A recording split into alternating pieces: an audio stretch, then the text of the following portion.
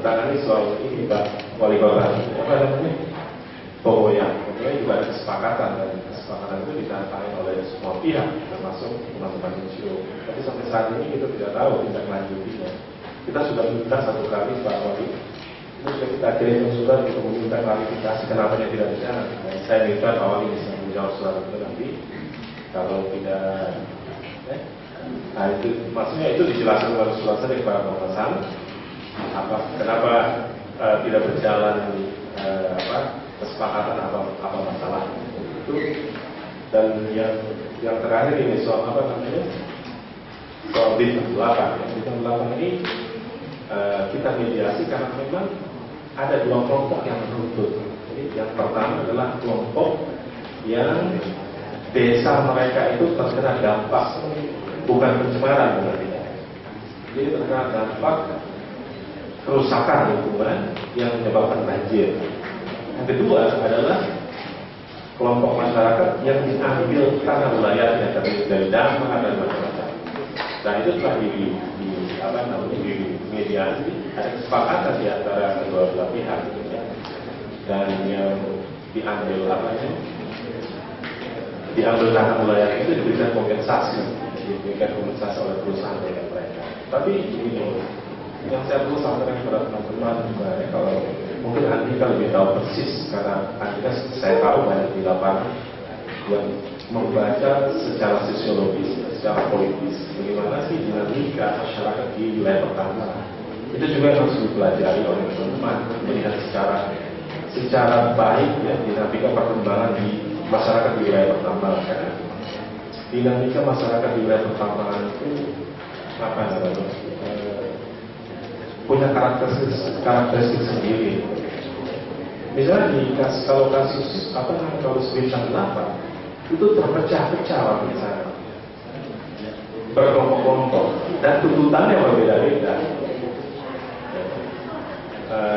Ada beda-beda. Tapi ada juga kelompok kecil yang tuntutannya lebih ekstrim, ingin mengusir perusahaan. Tapi yang lain tidak begitu, hanya mengingat kompensasi. Bagaimana akomodir perbedaan di masyarakat. Dan kalau kita salah terima itu bisa terjadi konflik horizontal. Itu juga salah satu faktor ya. Kalau di info saya kira clear, semua orang menuntut hak atas tanah. Tanah mereka harus dikembalikan, tanah mereka harus diinginkan, jadi dikembalikan.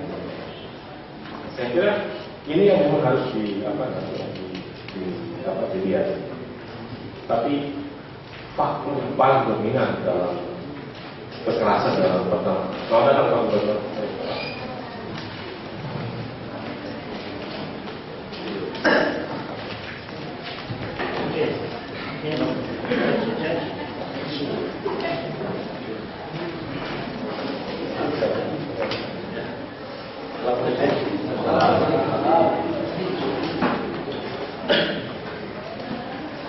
tapi faktor yang paling dominan sebenarnya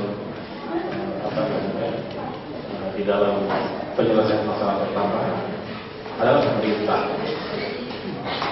Untuk kasus ini saya perlu sampaikan sama teman-teman semua. Saya baru mendapatkan surat gubernur yang secara tegas mengancam Inco untuk diusir karena tidak pernah konsisten dengan kesepakatan. Jadi saya tidak melihat soal bahwa kontrak karya itu adalah positif bagi pembangunan pemerintah daerah dan pembangunan masyarakat, bukan itu. Tapi saya ini adalah sikap pemerintah. Walaupun sebenarnya kewenangan pertambangan itu tidak ada di pemerintah provinsi, tapi sikap politik dibutuhkan di dalam menyelesaikan kasus pertambangan. Di Kendari, ketika gubernur yang mengancam Inco, dia bisa merubah kebijakan. Padahal sebenarnya gubernur tidak punya kewenangan apapun terhadap itu. Tapi karena punya sikap politik yang kuat, mengancam investasi yang tidak konsisten, yang tidak menghormati hak asasi manusia yang tidak, dia bisa. Jadi kalau sepanjang tidak ada sikap politik dari pemerintah terhadap kesalahan perusahaan, Jadi memang dibutuhkan sikap politik yang tegas dari pemerintah, baik di kabupaten, kota maupun provinsi, terhadap satu pertama itu sebenarnya. Nah, yang terakhir soal kekerasan itu. Di Komnas HAM itu ada sekitar 6.000 berkas yang masuk. 62% terdiri dari sengketa. Sengketa yang berbasis pada sumber daya alam. Ada tambang, ada perkebunan, ada macam-macam. Di mediasi ada dari sekitar 64% itu mungkin hanya 200 kasus yang dimediasi. Sisanya itu semua kekerasan. Jadi problemnya sebenarnya adalah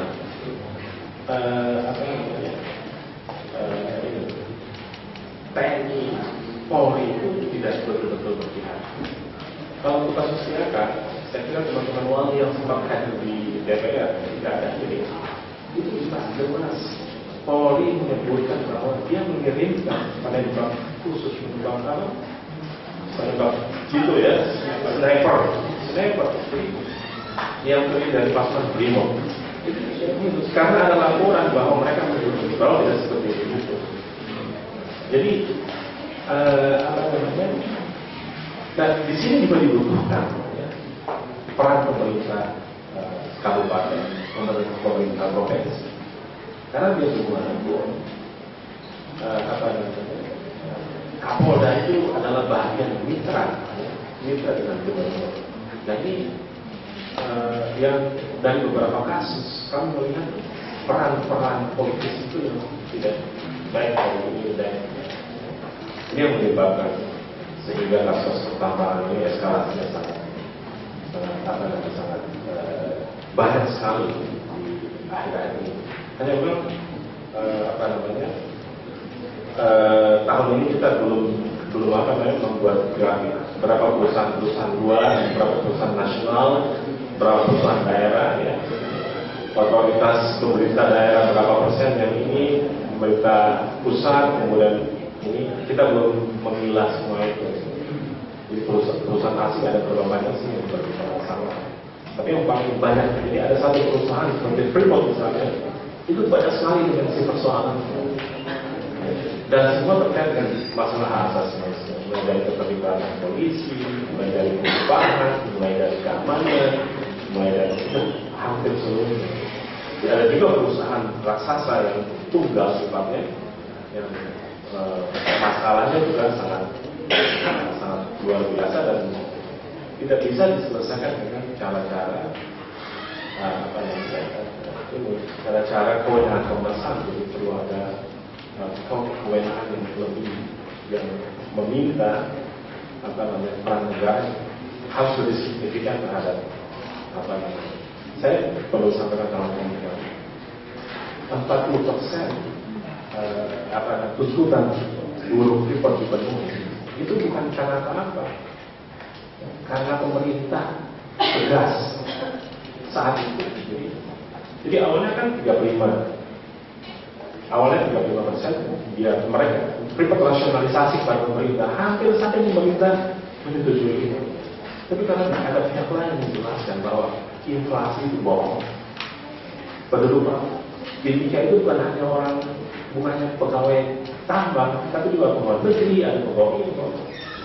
Dan semua bahan makanan di sana bukan disuplai oleh Freeport, tapi oleh pasar tradisional dan macam-macam. Mereka bilang jadi rasionalisasi ini juga perlu diperhatikan oleh pemerintah. Saya jangan terbuai dengan bohong-bohongan perusahaan. Bangun ini.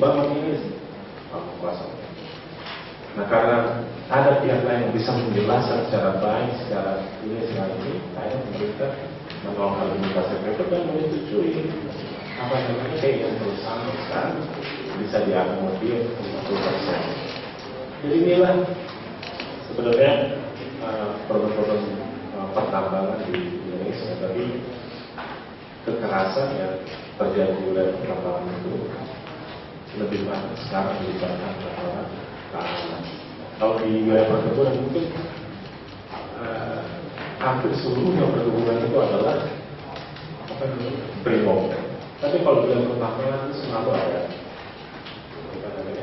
kombinasi dua apa namanya? Ya, polisi Brimob dan ada TNI. Selalu ada seperti itu. Tapi itu sangat dipengaruhi oleh kami dipengaruhi oleh komisaris dan macam-macam juga sangat berpengaruh. Saya kira itu. Terima kasih. Assalamualaikum warahmatullahi wabarakatuh.